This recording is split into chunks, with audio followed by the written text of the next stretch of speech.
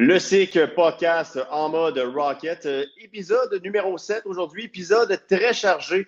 Adam Engstrom rappelé par le Canadien de Montréal en vue de leur petit voyage dans l'Ouest. Laurent Dauphin au sommet des pointeurs de la Ligue américaine. Et d'ailleurs, Laurent Dauphin sera notre invité pour cet épisode numéro 7 dans mode Rocket. Et on conclut ça. 3 victoires de suite face aux Sénateurs de Belleville. Adversaire coriace et ennemi juré du Rocket de Laval. Bienvenue à En mode Rocket. Le SIC podcast en mode Rocket.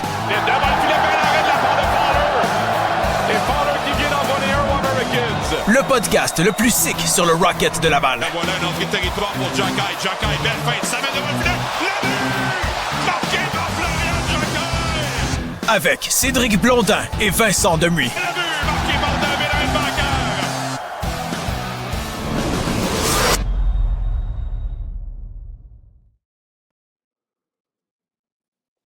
On est là. Ben oui. Épisode numéro 7 de En mode Rocket. Bienvenue sur le podcast complètement sick. Hein? J'entends rien. Ouais, ça marchera pas, là. Il va falloir... Comment ça t'entendais? Moi, je l'entends. Ouais, Shane, tu m'entends-tu, toi? Oui. On t'entend, nous autres. Toi, tu l'entends-tu?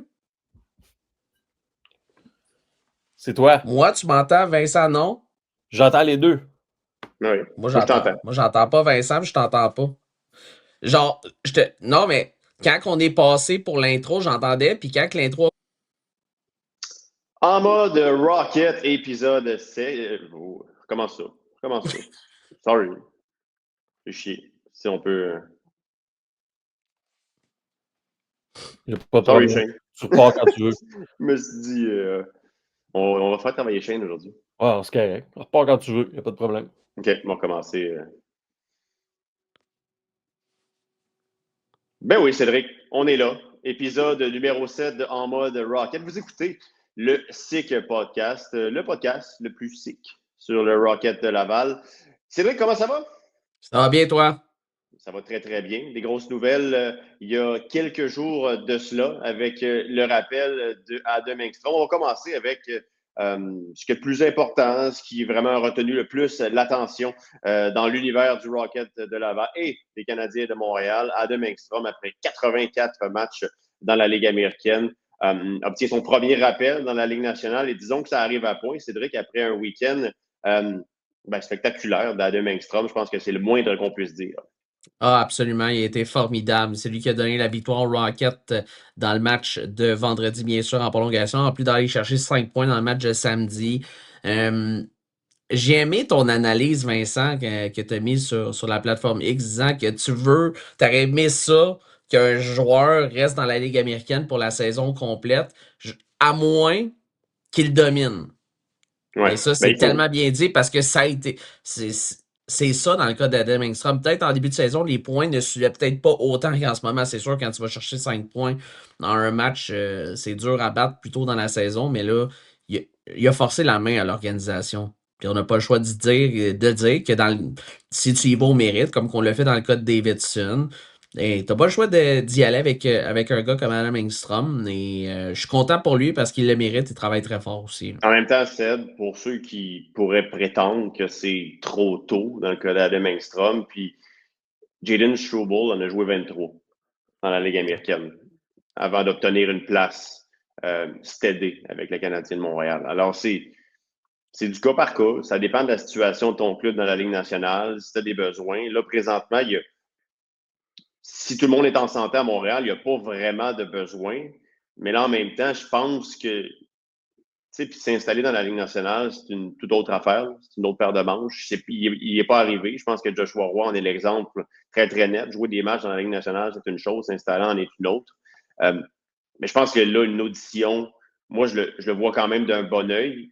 Mais 3 matchs pour les Canadiens cette semaine. Utah, ce soir. Vegas, vendredi. Samedi, on termine ça au Colorado. Pour moi, c'est important de le voir au moins un match. C'est important. Ben absolument. Je vois pas pourquoi on l'aurait rappelé pour une autre raison. Si on n'est pas pour le faire jouer, financière. Tu le laisses à Laval. Financière, c'est. Tu sais, ton contrat de la Ligue, dans le sens que tu tu as un contrat two-way, là, tu ne touches pas le même salaire quand tu es dans la Ligue nationale. Est-ce que c'est le nanan qu'on veut lui offrir? Est-ce qu'on veut lui faire découvrir c'est quoi un environnement de la Ligue nationale? Puis là, je t'offre le revers de la médaille, mais j'espère que ça ne sera pas juste ça. Non, je pense pas. Puis on l'a vu dans les situations où on a placé Jared Davidson et Florian Jacquet dans les dernières, surtout la fin de semaine passée. Là. Bien évidemment, j'ai l'impression que si on le rappelle, comme on a fait avec Joshua Roy, même s'il a été retourné à la base parce qu'on veut le faire jouer, on n'est plus dans la même situation du début de saison où ce qu'on avait rappelé Mark Delgado. Là, j'ai pas d'informations, bien sûr. J'y vais juste selon ce que je pense. Si tu veux évaluer, mais si tu veux voir ce qui en est rendu à Adam Engstrom, tu dois le faire jouer. Sinon, tu le laisses à Laval et tu rappelles un défenseur qui peut jouer le rôle d'être le 7e défenseur en cas de blessure ou rester sur la passerelle.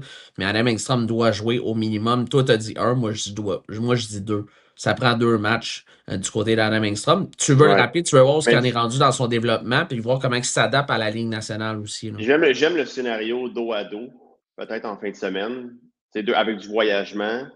Je pense que si tu as un 7e qui est à Engstrom, puis il a démontré au camp d'entraînement que c'est un gars qui peut jouer. Son coup de patin, c'est Ligue nationale.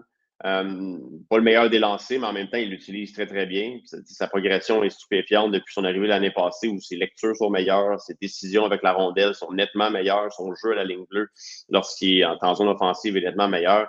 Et là, il domine. C'est 8 points à ses 5 derniers matchs dans la Ligue américaine. Là, vous me direz, oui, il y a une game de 5 points là-dedans, mais quand même, c'est pas des points qui sont inventés, c'est des points qui sont issus de sa relance, son excellente relance qui est très, très rapide, qui permet le jeu de transition aussi hyper rapide. Puis j'aime le comparatif d'Engstrom avec un Mike Matheson. C'est évidemment un parallèle que j'aime faire. C'est deux joueurs que je trouve qui se ressemblent aussi cette année.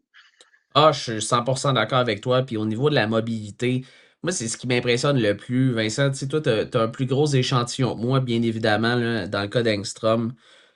Mais moi, c'est son aisance sur la glace et ce patin-là, cette mobilité, cette prestance qu'il a lorsqu'il patine sur la glace, pour moi, Un beau patin. ça peut. Ah oui, mais c'est un patin sexy, si on peut utiliser ça. Là. Moi, j'aime comment qu'il est capable de posséder la rondelle en zone offensive, puis il est tellement.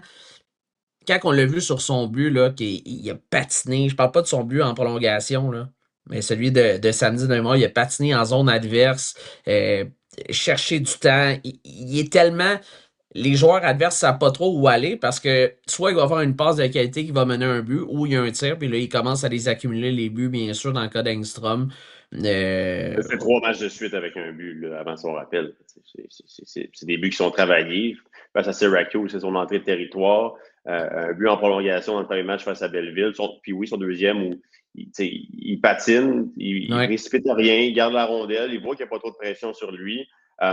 Puis il a finalement utilisé son coup de patin pour s'offrir un corridor de tir. Oui, Jackson Parsons a peut-être été un peu généreux là-dessus, mais quand même, il voyait l'opportunité avec un gardien de but un peu chambranlant, jeune, puis c'est une rondelle qui finalement a traversé le gardien. Absolument, absolument, c'est le meilleur exemple. On va aller, Ced, écouter ce que Pascal Vincent avait à dire, parce qu'il y a eu plusieurs bonnes nouvelles à annoncer dans les dernières semaines.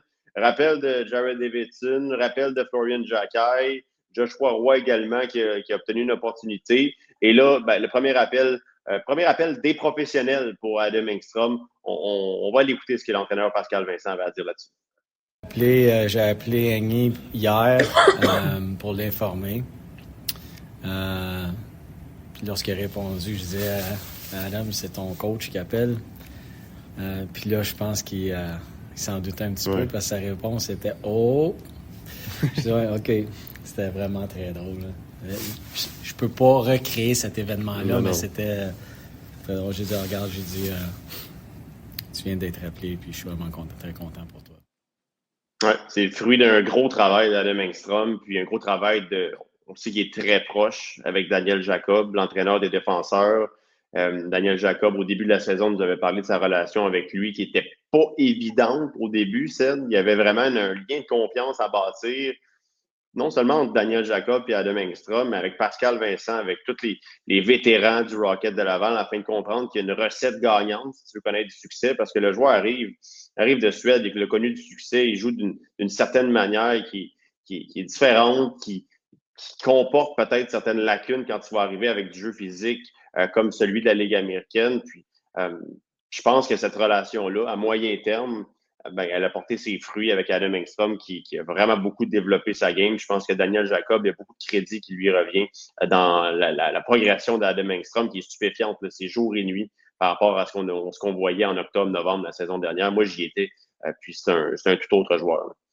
Ah, c'est certain. Puis je pense que tu as bien résumé ça, Vincent, parce que cette année, de ce que je vois, c'est qu'il a réussi à amener ce qu'il faisait de bien peut-être en Suède, avec une glace de format olympique, pour l'adapter à une petite glace ici en Amérique du Nord. Et c'est ce qui donne son succès, qu'est-ce qui fait qu'il est capable d'aller chercher des buts, des points, c'est qu'il a vraiment adapté sa façon de jouer, mais sans changer son identité, peut-être que quelque chose qu'il essayait de faire par le passé, puis c'est moins le cas actuellement.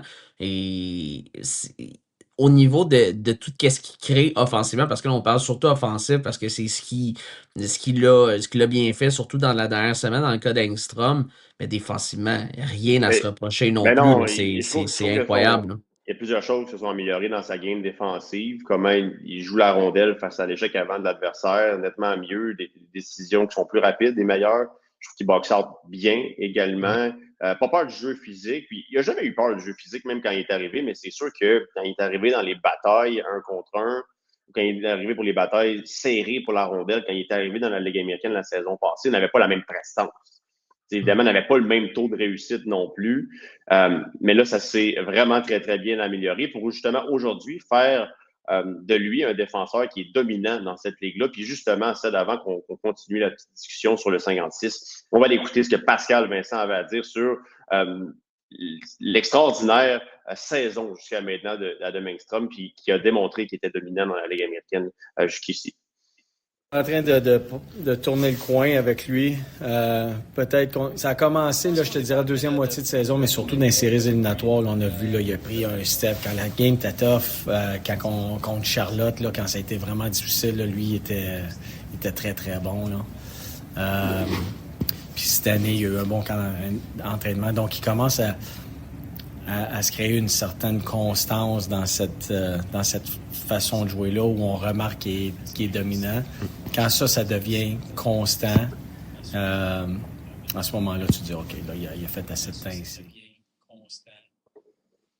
Oui, c'est Pascal Vincent qui dit je pense pas que Pascal veut dire qu'on ne reverra pas dans la Ligue américaine, puis si c'est le cas, tant mieux. Mais évidemment, on regarde Adam Engstrom, c'est pas le genre de gars qui aura besoin de 4 ans dans la Ligue américaine. Évidemment, en plus avec son coup de patin, sa vitesse, il est adapté pour la Ligue nationale. J'ai hâte de le voir cette semaine, comment il va se comporter, puis s'il peut demeurer dans son identité, et pas tenter nécessairement là, de déroger du genre de joueur, du genre de défenseur qu'il est et qu'il peut devenir.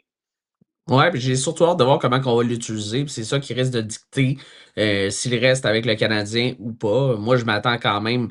L'idéal, à moins que ça soit vraiment un début fracassant, qu'il ne laisse pas le choix, bien sûr, aux Canadiens de le garder en haut. Mais moi, je m'attends à ce qu'il revienne à Laval. On n'a pas le choix, il faut lui laisser du temps de glace. Il joue, je sais pas, on n'a pas les temps de glace, bien sûr, évidemment, Vincent, dans la Ligue américaine. Je les avais à peu près, ça, c'est 19-20 minutes, à peu près, pour lui depuis le début de la saison. Mettons, temps de jeu moyen. C'est pas beaucoup. Je m'attendais à plus que ça, honnêtement. Puis ben, c'est parce que aussi le temps de glace est quand même bien réparti avec le Rocket en défensive, Vincent. Mais c'est pas 24 minutes comme peut-être que ça laisse présager. Des fois, ça laisse croire. Ben, c'est parce qu'on le voit tellement sur la glace qu'on a l'impression qu'il est tout le temps là. C'est bon signe. Parce que s'il y a un défenseur que tu vois pas sur la glace, des fois tu fais oh, il a joué 20 minutes. Je pensais pas qu'il avait joué autant que ça. Mais dans le cas d'Engstrom, c'est certain que là, je pense que c'est comment qu'on va l'utiliser cette fin de semaine. Ben, dans cette semaine, dans ces 3 matchs en l'espace de 4 jours pour le Canadien dans l'Ouest. C'est là qu'on va voir c'est quoi les intentions. Mais on n'a pas peur de donner des chances à des joueurs. Puis je reviens un peu sur ce que Martin Saint-Louis a dit après le match de samedi contre Toronto, Vincent. Je sais que tu as eu la chance d'écouter sa réponse, là. Et j'en ai parlé à Pascal aussi, d'ailleurs, mais vas-y.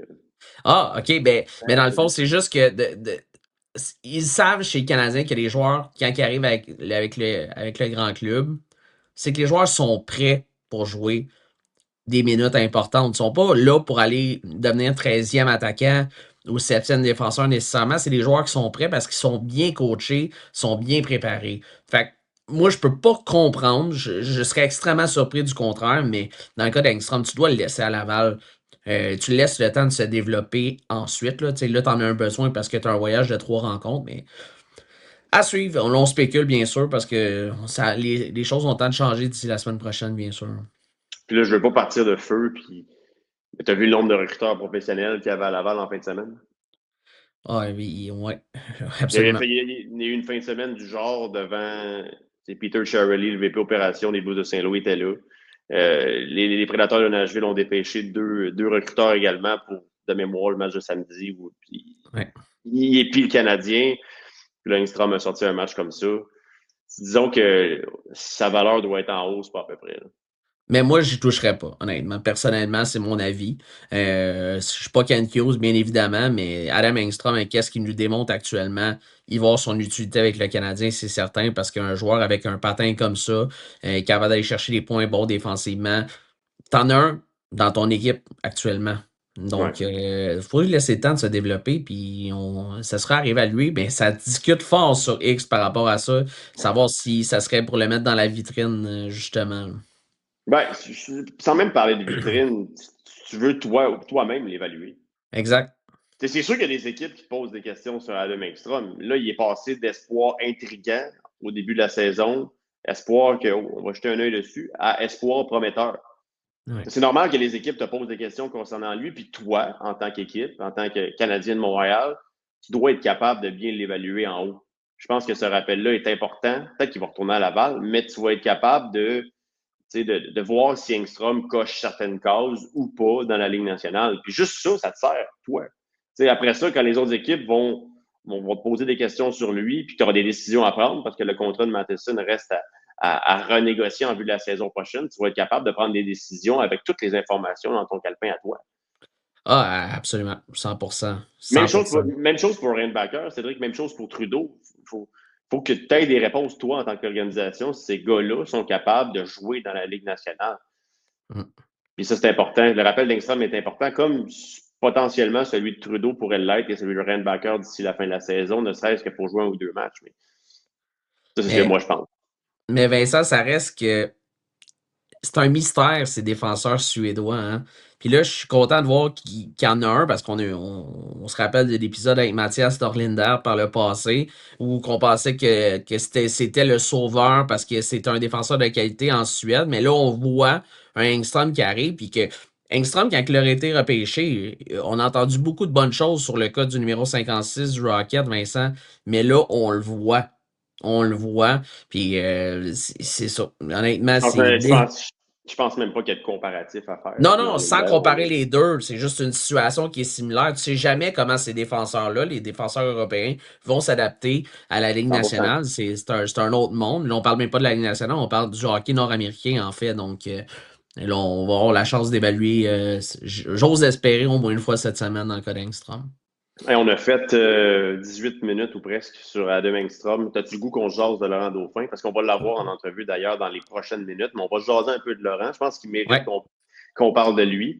Absolument. Shane, je ne sais pas si tu peux nous offrir le classement des meilleurs pointeurs de la Ligue américaine à l'instant. Techniquement, il est premier parce qu'il a joué un match de moins que l'ancien des Mooseheads d'Halifax, Martin Fruck, des Wranglers de Calgary. Quelle saison de Laurent. C'est encore une fois, il surpasse mes attentes. Défensivement, je n'étais pas trop inquiet de son jeu. Je sais qu'il y a beaucoup de maturité dans sa game. Là, on dirait que on va lui poser la question directement quand on va l'avoir, mais 21 points en 18 matchs. Quand tu regardes, je m'étais pris une petite note ici. Les 9 derniers matchs, c'est 13 points. Peu importe qui se trouve sur son trio, il te le relance ou il fait en sorte que les deux joueurs à ses côtés poursuivent leur bon travail. Pour vrai, je veux dire, c'est peut-être c'est un des meilleurs vétérans de la Ligue américaine présentement, sinon un des meilleurs joueurs. Ah, je suis 100% d'accord avec toi, Vincent. Puis son travail. Puis moi, au début de la saison, des fois, on a eu l'occasion du côté de Pascal Vincent de se séparer avec Alex Bézil, mais les deux ensemble, là, Vincent, dans les derniers matchs, là, tu ne peux plus les séparer, honnêtement. Moi, c'est comme ça que je vois ça. Puis avec ces deux-là, tu peux les mettre avec Sean Farrell, mais en même temps, tu ne veux plus enlever Sean Farrell du trio avec Owen Beck parce que ces trois-là vont à merveille. Mais là, tu as En Joshua même Roy qui temps, redescend à Laval. ouais, en même Et, temps, tu sais, tu parles du duo Dauphin-Belzile. Moi, le duo Farrell-Dauphin m'impressionne pas mal plus. Tu sais, dans le sens, puis eux, c'est différent. C'est la cohésion qu'il y a sur la glace, comment ces deux-là se trouvent, comment ils exécutent rapidement. Mais le travail qui a fait en bas de zone, Alex Belzile, justement pour Dauphin, je regardais encore des parcelles du match de samedi. Il y a une grosse chance de Laurent Dauphin en première période où c'est Belzile qui accomplit la sale besogne derrière le filet de Parsons, puis le Dauphin s'est fait voler par le gardien de but, tu sais, je veux dire, mais oui, effectivement, on pourrait mettre dans la discussion les trois ensemble, au final. ben oui, ben c'est de voir les meilleurs faits, mais Farrell, Dauphin et Belzile. ah ben, dans le fond, la seule chose pourquoi je dis ça, c'est que maintenant, de la manière qu'Owen Beck il joue, tu peux plus mettre Alex Belzile au centre. Souvent, je pense que c'est un peu. Mais là, de toute façon, il en joue des mises en jeu, pareil, Alex, là, même s'il est sur le flanc droit. Mais je pense que ça a été C'est fait un capable. peu par comme ben, Beck, il prenait pas ses responsabilités nécessairement en début de saison, donc on le met là pour pouvoir jouer sur le deuxième trio puis séparer les lignes. Mais pour l'instant, en tout cas, de ce qu'on a vu dans les 2 dernières semaines, je pense que là, ça va stabiliser. Si on met un Joshua Roy avec eux, mais deuxième des choses, oui, Dauphin est là, mais ça va aider au niveau de Joshua Roy, puis tu ne peux plus séparer. Ben, on ne sait jamais, on le fait quand même, mais avec qu'est-ce qu'on a vu en fin de semaine, je répète, mais Sean Farrell avec Philippe Méchard et Owen Beck, on a quelque chose de très solide. Puis ça fait un top 6 qui est très dangereux là, du côté du Rocket. Ouais. Je veux juste qu'on reste à Laurent Dauphin parce que je veux éclaircir une chose pour les gens qui nous regardent, nous écoutent, la situation contractuelle de Laurent, parce que Laurent fait part de lui pour un éventuel rappel, puis avec raison, même s'il n'y a pas le contrat pour. Euh, j'ai pris des renseignements hier à ce sujet-là, parce que c'est pas quelque chose que tu vois souvent. Oui, on pourrait prendre le contrat de la Ligue américaine de Laurent et le transformer en contrat de la Ligue nationale si tu veux lui donner cette chance-là. La seule chose qui est un peu plus négative par rapport à ça, du côté du Canadien, puis peut-être même du côté de Laurent, c'est que tu mets une croix sur la deuxième année de contrat Ligue américaine seulement. Alors ça, c'est ce que les gens doivent comprendre.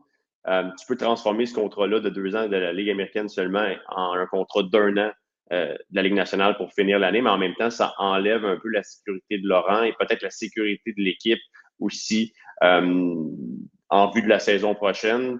C'est sûr que le Canadien a ça en tête quand il est temps de faire des rappels, peut-être considérer Laurent ou non, mais ceci dit, Laurent mérite d'être considéré avec raison pour ce qu'il fait. Vétéran de 30 ans qui, on dirait, en a 24.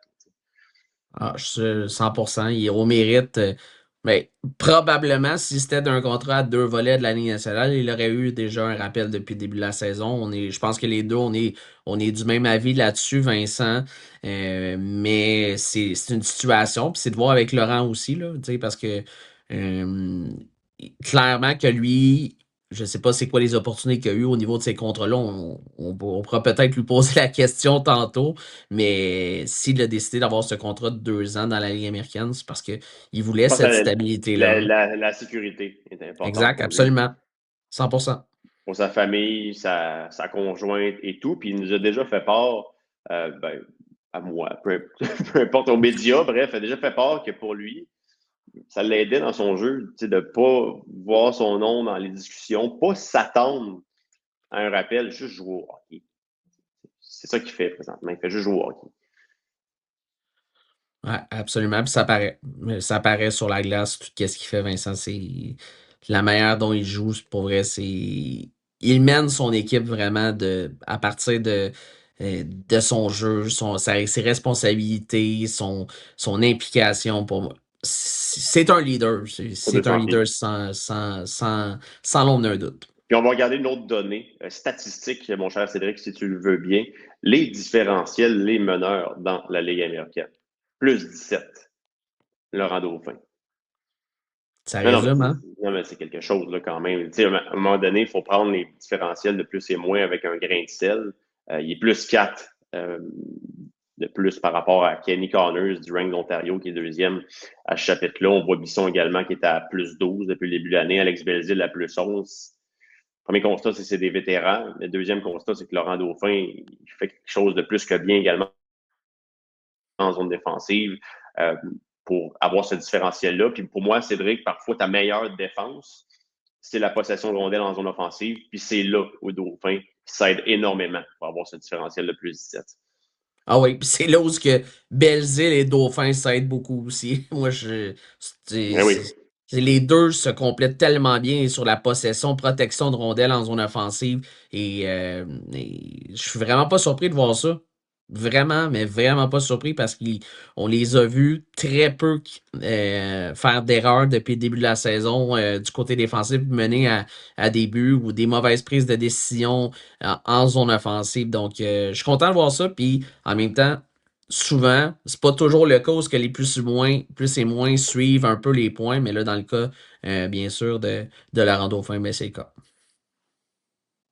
Mais justement, Cédric, on va aller retrouver dans quelques instants Laurent Dauphin qui sera là en entrevue. Plusieurs choses à aborder avec Laurent Dauphin, mais bien entendu, son départ fulgurant cette saison 2025-2026. Il en sera question. Allons retrouver Laurent Dauphin. En conversation avec l'attaquant du Rocket de Laval, Laurent Dauphin. Laurent, merci de te joindre à nous pour cet épisode en mode Rocket. Pas de problème. Laurent, on dirait que tout roule pour toi présentement à égalité au sommet des pointeurs de la Ligue américaine. Tu revendiques une fiche de plus 17. Je suis curieux, toi, sur la glace, dirais-tu que c'est le moment où tu te sens le mieux présentement avec le Rocket? Ouais, je trouve que je suis en confiance. On dirait que le jeu est plus lent un peu dans ma tête. Puis ça va bien en espérant que ça continue. Au niveau des points, on sait qu'avec ton expérience, c'est quelque chose que tu t'en fais peut-être un peu moins que tu es plus jeune, mais en regardant ton début de saison, ça surpasse-tu un peu tes attentes? Comment tu vois ça? Non, je dirais pas ça. Je pense que je savais que je pouvais amener ça cette année. Puis je suis content que ça s'est concrétisé, mais j'étais confiant en début de saison que ça pouvait se passer comme ça. Puis je vais essayer de maintenir la cadence. Parle-nous un peu de ton trio, Laurent, avec Farrell. Sean Farrell, c'est un gars avec qui tu as beaucoup joué l'année passée, même un peu en début de saison. Là, il y a Alex Belzile qui s'ajoute. J'ai l'impression que dans la dernière semaine, plus les matchs avançaient, plus vous aviez une cohésion. Comment tu as trouvé ton trio là, durant la dernière semaine? Ouais, ça a super bien été. On se complète bien. On apprend. Moi puis Sean, on se connaît déjà depuis l'année dernière, mais on apprend à jouer avec Bells. Puis c'est un gars qui étudie beaucoup la game, puis qui apprend à nous connaître. Puis là, tu vois que ça commence à cliquer les trois ensemble. Parlons un peu d'Alex Belzile, l'impact qu'il y a eu dans le dernier match, parce que je vais faire un lien avec les matchs en fin de semaine face au sénateur de Belleville, pardon. La bagarre d'Alex, j'ai l'impression que ça a eu un impact considérable sur la suite du match face au sénateur. Comment tu as vu ce geste-là venant d'un vétéran comme Alex? Ouais, on niaisait après la game parce que c'était après son but refusé, fait qu'on a dit qu'il avait besoin de d'enlever de l'émotion, mais non, c'est sûr qu'on sait que c'est un vrai, puis il va à la guerre pour l'équipe, puis justement de voir un gars offensif de même qui jette les gants, c'est sûr que tout le monde, ça leur a donné de l'énergie. Sens-tu que Alex prend un petit peu plus de place dans le vestiaire comme vétéran? Il disait qu'il voulait s'acclimater au début, tu sais, pas nécessairement arriver avec la grosse voix, vraiment laisser la chance aux gars de le connaître. Tu sens-tu qu'Alex prend de plus en plus son rôle de vétéran, pas au sérieux, mais qui s'affirme un peu plus? Ouais, 100%. Je pense qu'il a fait ça de la bonne manière. Tu veux pas arriver non plus, puis comme tu dis, avoir la grosse voix, puis tasser ce qu'il y avait l'année dernière. Alors, il a analysé comme un bon vétéran le fait, puis c'est sûr c'est une présence incroyable pour nous dans la chambre et sur la glace. Là, Laurent, c'est 3 victoires de suite face aux Sénateurs de Belleville. Ça a glissé un peu face aux Sénateurs en début d'année, une performance que vous n'étiez pas satisfait, mais face à un rival comme ça, à quel point c'est satisfaisant d'aller chercher ces 3 victoires de suite, surtout les 2 derniers matchs à la Place Belle où vraiment vous avez été dominant sur la glace face aux Sénateurs. Y a-t-il eu une valeur ajoutée du fait qu'il y a une rivalité que vous n'aimez pas forcément sur la glace non plus? Ouais, c'est sûr qu'on c'est connu qu'on c'est pas nos plus grands amis, mais je pense juste notre game en général, toute l'équipe a commencé à vraiment prendre un step, puis ça l'a payé en fin de semaine. Puis c'est juste 2 grosses victoires à la maison, peu importe contre qui, on est bien satisfait. Je veux, Laurent, que tu nous amènes un peu dans le vestiaire parce qu'il s'est brassé bien des choses en raison des blessures chez les Canadiens dans les dernières semaines. Il y a eu beaucoup de rappels, Davidson, Jacky, là, Engstrom, il y a aussi eu Roy. Amène-nous dans le vestiaire, comment vous réagissez à ça? D'un point de vue, vous êtes content pour le gars, mais en même temps, vous perdez des morceaux. Ça a été quoi le feeling dans le vestiaire dans les dernières semaines quand même? Moi, je pense que c'est toujours que c'est de next man up, le prochain qui prend la place du gars parti. Il faut qu'il lève son jeu d'un cran, puis tout de suite en avant d'eux aussi qui vont avoir un plus gros rôle. Alors, pour plusieurs, c'est une belle opportunité de se prouver. Puis je pense que les gars qui ont entré dans l'alignement dernièrement ont fait une super bonne job. Puis justement, Laurent, on ne sait pas trop que quand ces rappels sont faits, on ne sait pas trop comment le groupe va réagir. On dirait que ça a pratiquement été motivateur pour votre groupe de perdre ces morceaux-là. On dirait que vous l'avez vu comme un challenge parce que vous avez continué à bien jouer, même si vous manquait des gros morceaux. C'est quelque chose qui a été surprenant ou tu connais le groupe et tu savais que les gars allaient répondre de cette manière-là?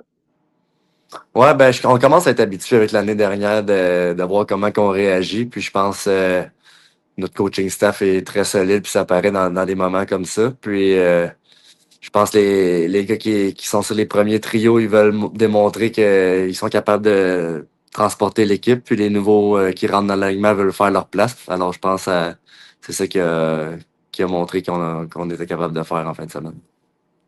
J'ai parlé de rappel des plus jeunes joueurs, mais Laurent, si tu ne l'avais pas entendu, puis je sais que ton contrat ne le permet pas, du moins pour l'instant, ton nom a commencé à être un peu appelé à Montréal. Toi, c'est au stade de ta carrière, 30 ans, plusieurs années dans la Ligue américaine chez les professionnels. Comment tu le vois, le fait que plusieurs personnes aimeraient ta présence avec les Canadiens? Es-tu flatteur envers les efforts que tu as mis en ce début de saison? Ouais, c'est sûr. Je pensais pas tellement à ça en début de saison, mais là, avec le début de saison, puis comment je me sens, c'est sûr que selon moi, je serais capable de faire une bonne job là, avec les Canadiens. Alors, c'est sûr que ça revient un peu dans mon esprit, puis de voir que les gens, qu'il y a des gens qui appuient ça, c'est sûr, c'est flatteur. Autrement dit, Laurent, tu te donnes le droit de rêver encore. Ouais, ben là, je me dis que pourquoi pas, tu sais. Rendu là. Et ce serait vraiment mérité, Laurent. Et je veux quand même qu'on se parle de 3 défenseurs qui ont été... Bon, Adam Engstrom a été rappelé. J'aimerais que tu nous parles de lui, mais j'aimerais aussi que tu nous parles de Trudeau et Reinbacher. Ils ont connu une fin de semaine complètement hallucinante, des performances vraiment. On dirait que le club va aller aussi loin que ces 3 gars-là sont capables de vous mener. Parle-moi de comment ils se sont améliorés et l'impact qu'ils ont eu sur les matchs la semaine dernière. Ouais, ça a été super. Si on commence avec Engstrom, il est tellement agile, puis il a tellement travaillé sur sa défensive aussi que là, c'est selon moi, il est rendu un défenseur complet. Puis il laissait aller des rondelles vite au filet, puis ça allait payer pour lui. Puis là, justement, il y a eu le rappel. Alors, je suis quand même assez confiant qu'il va être capable d'être un joueur à long terme dans la Ligue nationale. Puis Rhino, lui, c'est sûr, une autre blessure de malchance en début d'année qu'il bloque un tir. Puis là, il faut qu'il se réacclimate à jouer, puis tout ça. Puis là, en fin de semaine, on dirait que ça l'a débloqué pour lui, puis qu'il a pris un step. Alors, ça l'augure bien pour son futur. Puis Trude, je trouve tellement que c'est un défenseur qui est sous-estimé, qui est complet, c'est un gros bonhomme, il est physique, puis il y a de l'attaque quand même dans sa game. Alors, lui aussi, je pense qu'il y a une belle avenir en haut, là.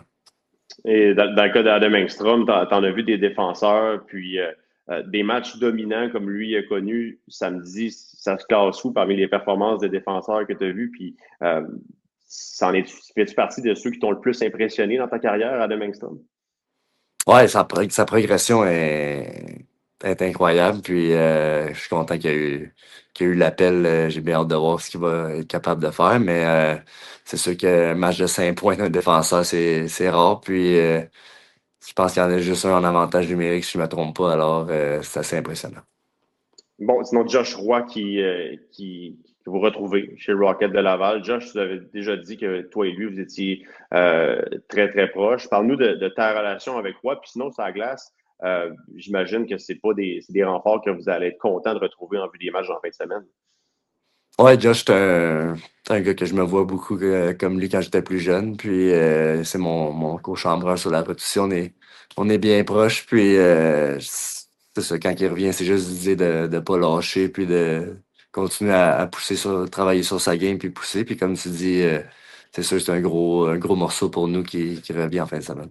Ouais, puis il y en a un qui a connu que Pascal Vincent disait qu'il y avait un petit recalibrage à faire, mais presque en terminant, je suis curieux de t'entendre sur Winbeck et Philippe Méchard. On parlait de ton trio avec Farrell et Belzile, mais là, quand tu regardes le deuxième trio avec Owen et Philippe Méchard, comment ces gars-là se trouvent sur la glace, puis comment Owen a eu un départ difficile, mais qui est revenu en force, c'est quelque chose qui t'impressionne présentement, surtout avec Philippe, avec qui ça semble bien cliquer. Ouais, le deuxième trio il a été excellent pour nous en fin de semaine. Puis tu as besoin de ça, d'avoir une autre vague d'offensive. Puis ça a démontré qu'ils sont prêts à prendre le prochain step. Puis ils ont été excellents. Puis j'espère qu'ils vont continuer comme ça. C'est très important pour notre équipe. En terminant, Laurent, 5 matchs en 8 jours qui s'en vient avec du voyagement. J'imagine qu'on profite un peu de la semaine pour avoir des bonnes pratiques, du repos. Comment tu vois le stretch qui s'en vient avec des éléments qui sont du côté des Canadiens? On vient d'en parler. Là. Ouais, je pense que ça va être de continuer de travailler sur notre jeu collectif. Puis on a eu une belle semaine de plus relax cette semaine. Alors on devrait être plein d'énergie samedi pour affronter des bonnes équipes. Alors ça va être un bon test pour nous. Là. Et c'est ce qui concluait l'entrevue. Merci beaucoup, Laurent, du temps qui a été accordé, de ton précieux temps en ce mercredi. Puis on vous souhaite un bon voyage à Lehigh Valley à Hershey. Merci beaucoup. Merci. Ça marche-tu? Alors, vous venez tout juste d'entendre Laurent Dauphin, très généreux de son temps en ce mercredi 26 novembre. Beaucoup de bons stocks là-dedans. Cédric, je pense que aussi a été très, très révélateur envers la performance de 3 jeunes joueurs en fin de semaine. William Trudeau, David Reinbacher puis Adam Engstrom. On peut commencer par eux. Bon, on a déjà parlé d'Adam Engstrom, mais peut-être plus Reinbacher et Trudeau. Encore une fois, 2 gros matchs. Un autre bon match également face à Syracuse mercredi. Puis je pense que les attaquants du Rocket le savent, d'avoir des défenseurs de la sorte, c'est game changer quand ces 3 gars-là en même temps, qui plus est, on le synchronise puis offre du jeu de la qualité qu'on a vu en fin de semaine.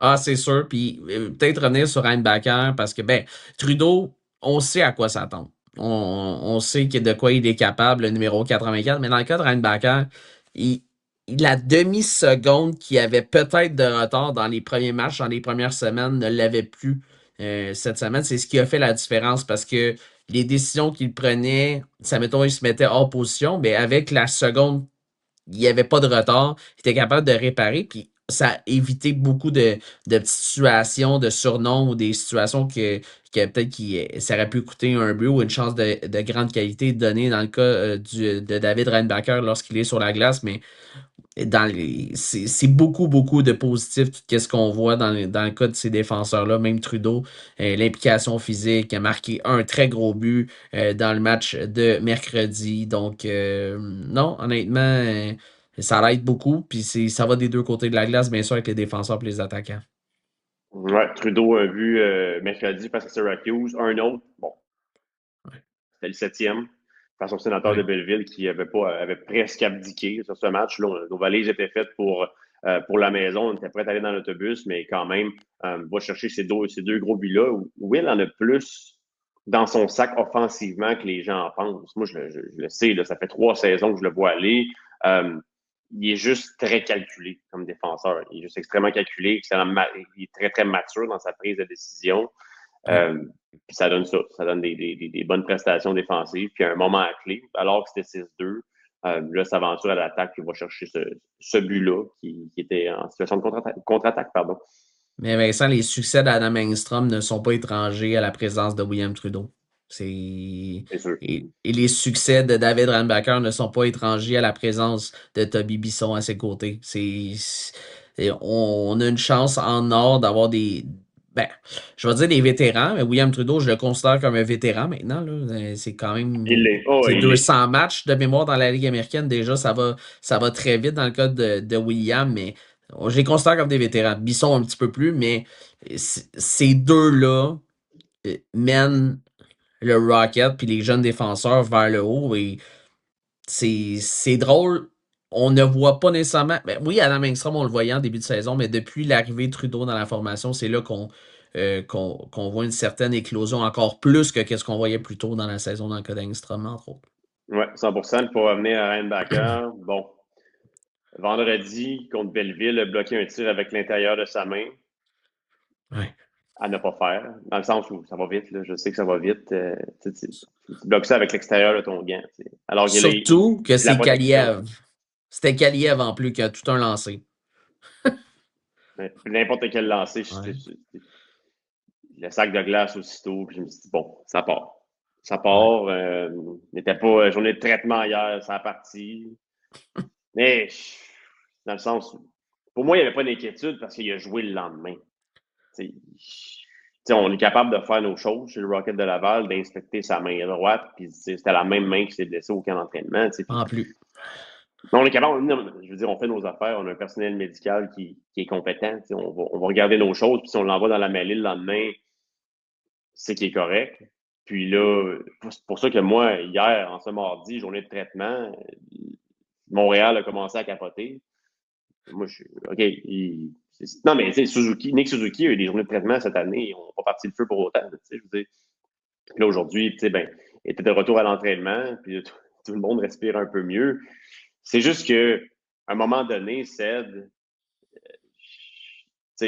comme si le gars n'avait pas le droit de se reblesser. Puis je comprends, mais quand tu joues de la bonne manière, parfois, il y a des bad luck qui peuvent arriver. T'sais. Exact. Puis il n'y a pas de. Faire attention à ce que je dis, mais tu sais, quand tu te blesses, parce que tu bloques un tir en fin de match lorsque tu as l'avance, comme ça, c'est une chose, OK? Il l'a pas fait de la bonne façon, mais je te garantis que c'était pas l'intention qu'il avait de bloquer ce lancer avec sa main. Mais en même temps, c'est d'une situation, c'est pas parce que je vais toucher du bois, là, mais qui met ses patins dans une faille dans la glace, puis il fait un mauvais tournant, puis là, il se blesse, puis c'est une belle chance. Il bloque un lancer. Il dit ça peut arriver à n'importe qui, là, de se faire frapper à la main, mais là, ça fait 2 fois depuis le début du camp d'entraînement. Mais comme tu l'as dit, si tu fais les bonnes choses, tu joues de la bonne façon, ça va arriver. Ça va arriver parce que tu vas être dans une position où tu as plus de chances de te blesser, comme ça a été le cas, mais il était là en prolongation, c'était sa décision, Pascal Vincent l'avait dit, puis il était là le lendemain. Puis il avait pas vraiment l'air mal à l'aise, éclopé sur la glace. On sentait vraiment un David Reinbacher. En plus de ça, il a marqué 2 buts. Donc, si tu as mal à ton poignet droit, pense pas qu'il est capable de marquer, surtout si c'est une fracture. Le point est journée de maintenance. Ça arrive. Ça arrive. Il y a des petits bobos, donc il ne peut pas recevoir tout à fait la même charge de travail que le reste du groupe.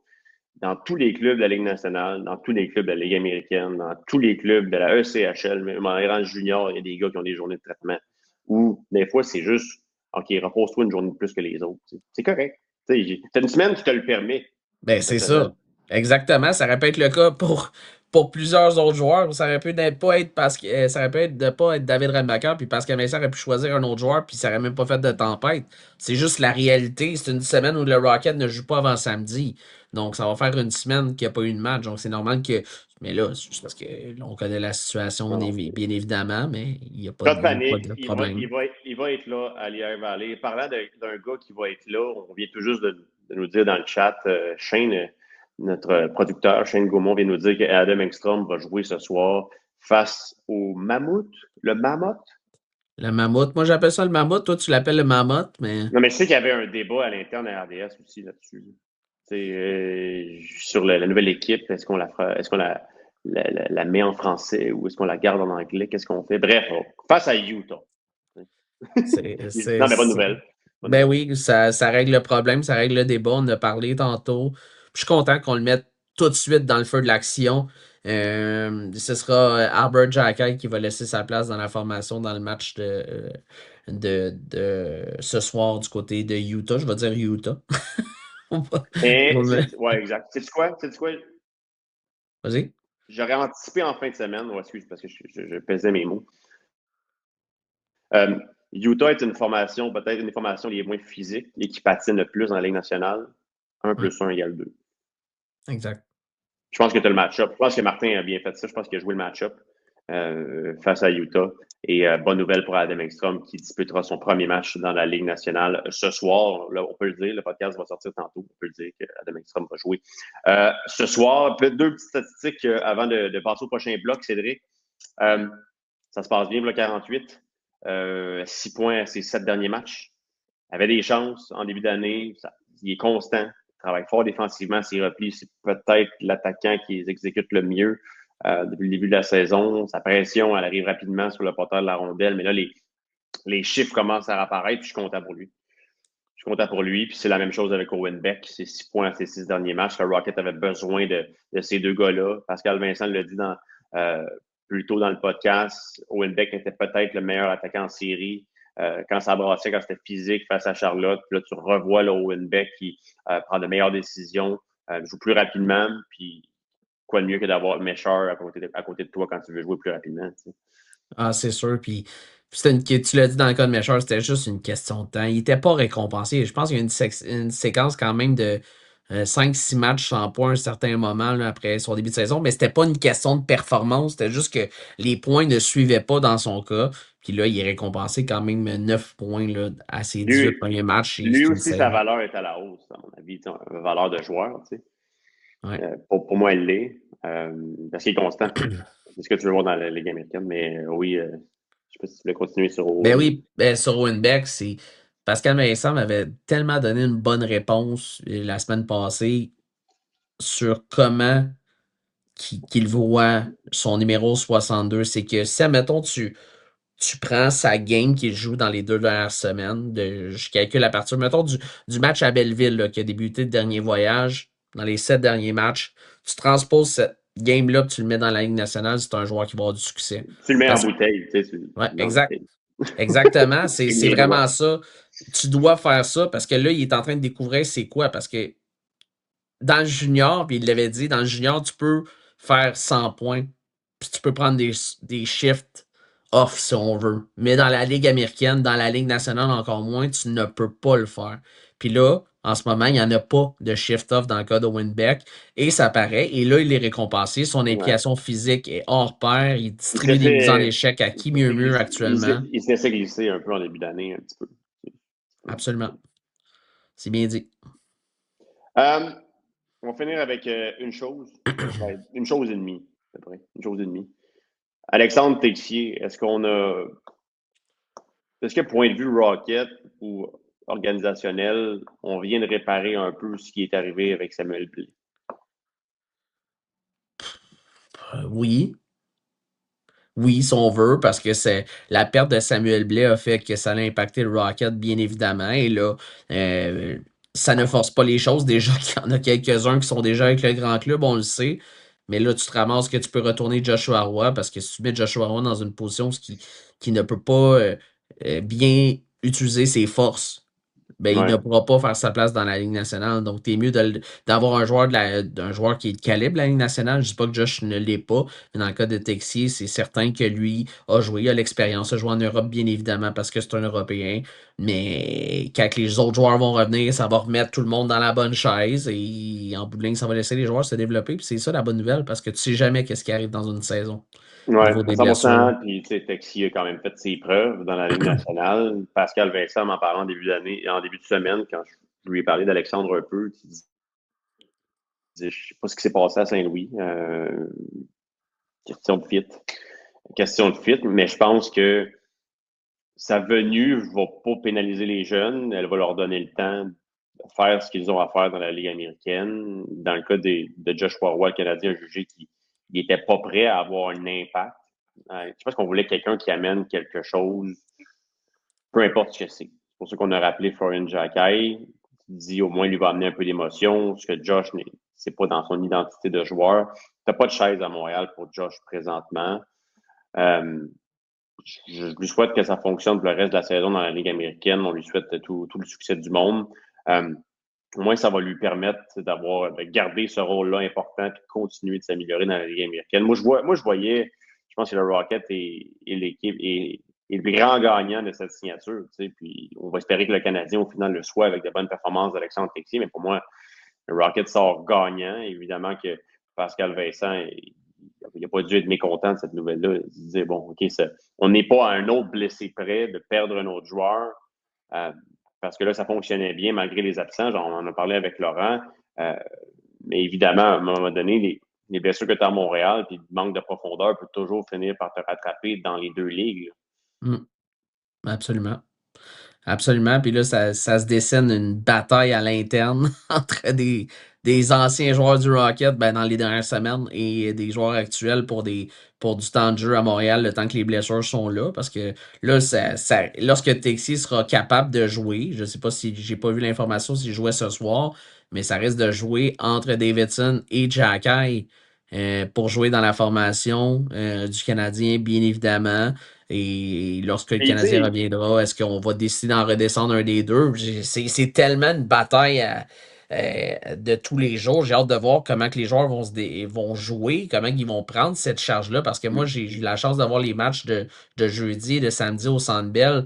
De ce que j'ai vu de Davidson et de Jacquet samedi, comment tu ne peux pas les garder avec le grand club, Vincent?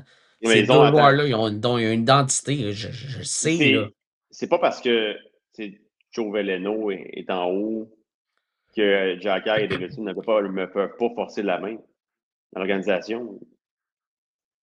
Si Jacquet et Davidson forcent la main à l'organisation, ils peuvent très bien envoyer Veleno qui devra passer par le balotage au Rocket. C'est pas parce qu'il y a un contrat à un volet que le Canadien ne peut pas le faire, mais ça, c'est les deux kids qui vont devoir forcer la main. En même temps, Veleno a très bien joué jeudi samedi. Est-ce qu'il peut les inspirer un peu? Là? Est-ce que c'est une certaine pression? Veleno ou Texier, ce que je veux dire, c'est qu'ils ne sont pas indélogeables.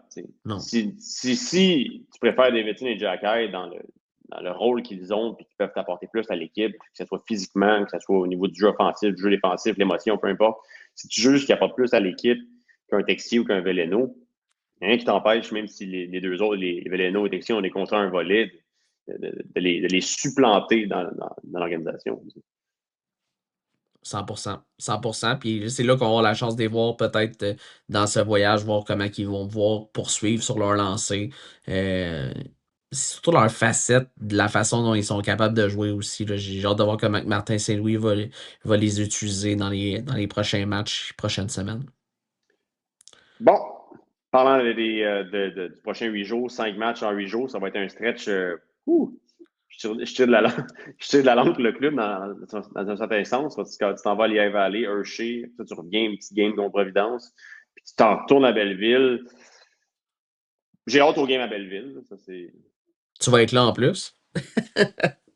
Non, ça brasse tellement. La game est samedi, 3h15. Ouais. C'est hallucinant. C'est Pascal Vincent qui arrive en conférence de presse, puis bon dimanche, tellement que ça a été long. Non, mais c'est vrai. C'est ça. Je vais aller à Belleville. Je vais à Belleville dans une semaine, je vais me booker 7 jours d'hôtel juste pour être sûr. C'est tellement que les games sont longs. Oh là là. Ouais, mais tu l'as dit, 5 matchs en 8 jours, Vincent, mais il y en a une seule à la Place Belle, c'est un mardi. Ce qui arrive extrêmement rarement du côté de la Place Belle. J'ai pas de souvenir d'avoir vu ça, d'avoir déjà vu ça. Mais c'est spécial. Puis en plus, le Rocket joue à 17h dimanche à Hershey. Donc, imaginez, la route, c'est 8 heures de route sans arrêt, Hershey. Fait que c'est soit qu'on voyage après le match, on arrive à 4-5 heures du matin, ou on prend la journée de lundi pour voyager. De ce que je semble avoir vu, c'est qu'on va voyager après le match, selon le calendrier qui nous a été offert, Vincent. Mais les joueurs, on est à 4-5 heures du matin, là, minimum. Le temps d'arriver à la maison, ça risque d'être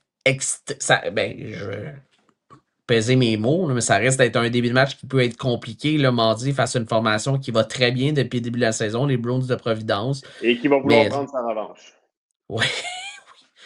Ouais, exact. Donc, Eux c'est vont pas être une prêts. situation. C'est une situation particulière. Je sais que les Bruins seront à Belleville de mémoire les jours d'avant. Là, donc, c'est un petit peu de route, mais pas tant que ça. Mais en même temps, j'ai hâte de voir comment. C'est peut-être là aussi qu'on va voir, parce qu'on a quand même vu dans les dernières semaines, dans le dernier voyage, ou dans des situations comme ça, où Rocket avait beaucoup de voyagements à faire, quand même bien répondu dans les matchs dos à dos, des matchs avec très peu de repos entre les deux. Donc, ça risque de prendre un bon match de route du côté de la Place Belle pour être capable d'aller chercher un bon résultat face aux Bruins, mais il y a quand même 2 gros matchs avant ça. Dans ce qui est pas inquiétant, tu as 2 bons gardiens. Donc, ça, t'es correct en masse. Mais même tu sais, Lehigh Valley, c'est 7 victoires à leurs 10 derniers matchs. Hershey, c'est 8 victoires à leurs 10 derniers matchs. Lehigh Valley, je regardais une note que j'avais. Là. On est capable de marquer beaucoup de buts. Du côté de Hershey, on a un groupe très mature, des bonnes équipes année après année. Cette année, on n'accorde presque rien. Donc, c'est 2 matchs que j'ai très, très hâte de voir. Il faut dire que première fois qu'on affronte les Bears cette année, dans le cas de Lehigh Valley, le 29 octobre à la Place Belle, ça a été un des meilleurs matchs du Rocket de Laval de la saison. Où ça avait été un jeu blanc d'ailleurs pour Jacob Fowler. Donc mais si on parle d'une autre équipe qui va vouloir prendre sa revanche, allô les Phantoms. Oui, exact. Ça va être quand même 5 gros matchs là, qui s'en viennent, là, dont des équipes que le Rocket a battues récemment. Sauf Hershey. Hershey, le Rocket ne les a pas affrontés, bien sûr, depuis le début de l'année, mais tu l'as dit, c'est plusieurs équipes qui ont passé à travers, que le Rocket a passé au travers dans les dernières semaines. Donc, puis quelle façon de finir qu'avec un programme double à Belleville. J'ai hâte de voir ça. C'est ça. C'est certain que je vais avoir un œil là-dessus le week-end prochain. Ouais, on va voir si les sénateurs vont retrouver d'ici là. Ils ont retrouvé Olé Lixel, mais ils ont retrouvé, il était à Ottawa depuis le début de l'année. Là. Stephen Harledy, il y a un gros morceau de cette équipe-là. On va voir s'ils pourraient le retrouver. Peut-être Aiden Hutchin. Il y a peut-être du renfort qui s'en vient du côté des sénateurs d'Ottawa qui, ultimement, pourrait permettre du renfort du côté des sénateurs de Belleville. OK, Ced, je te remercie de ta présence qui est hebdomadaire et qui est toujours ponctuelle. On se reparle la semaine prochaine? Absolument. Tu as besoin d'être là. Moi, sinon, parler tout seul pendant 1 heure, ça ne me tente pas trop. Sinon, à ceux qui nous écoutent, je vous remercie d'être fidèles à ce qu'on vous offre comme produit en mode Rocket. Je remercie Shane Gaumont qui est là à la production. Et je vous dis à la semaine prochaine. Bon match d'ici là. Et c'est fini pour aujourd'hui. On espère que vous ne vous ennuierez pas trop de nous d'ici la prochaine fois. Abonnez-vous à le Sick Podcast en mode Rocket sur YouTube, X, Facebook, Instagram et toutes les plateformes audio.